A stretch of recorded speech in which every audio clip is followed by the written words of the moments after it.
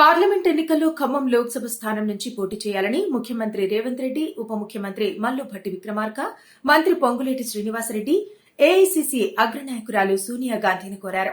సోమవారం ఢిల్లీలో అధినేతతో రాష్ట కాంగ్రెస్ నాయకులు సమావేశమయ్యారు. ఈ సందర్భంగా ఖమ్మం నుంచి పోటీ చేయాలని కోరారు. ఆమెతో వారు అరగంట పాటు సమావేశమయ్యారు. భేటీ అనంతరం మల్లుభట్టి విక్రమార్క మీడియాతో మాట్లాడుతూ భేటీకి సంబంధించిన వివరాలను వెల్లడించారు. ప్రభుత్వం ఏర్పాటయ్యాక తొలిసారిగా మర్యాదపూర్వకంగా ఆమెను కలిశామని మల్లు భట్టి విక్రమార్క చెప్పారు.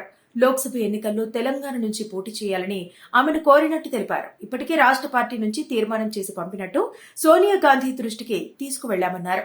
అదే సమయంలో తెలంగాణలో అమలు చేయబోయే గ్యారంటీలను ఆమె దృష్టికి తీసుకువెళ్లామన్నారు. మహిళలకు ఉచిత బస్సు పథకంలో గడిచిన 2 నెలల్లో 15 కోట్ల జీరో టికెట్లు రికార్డైనట్టు అగ్రనాయకురాలికి వివరించినట్టు తెలిపారు. త్వరలో మరో 2 గ్యారంటీలను అమలు చేయనున్న విషయం ఆమె దృష్టికి తీసుకువెళ్లామన్నారు.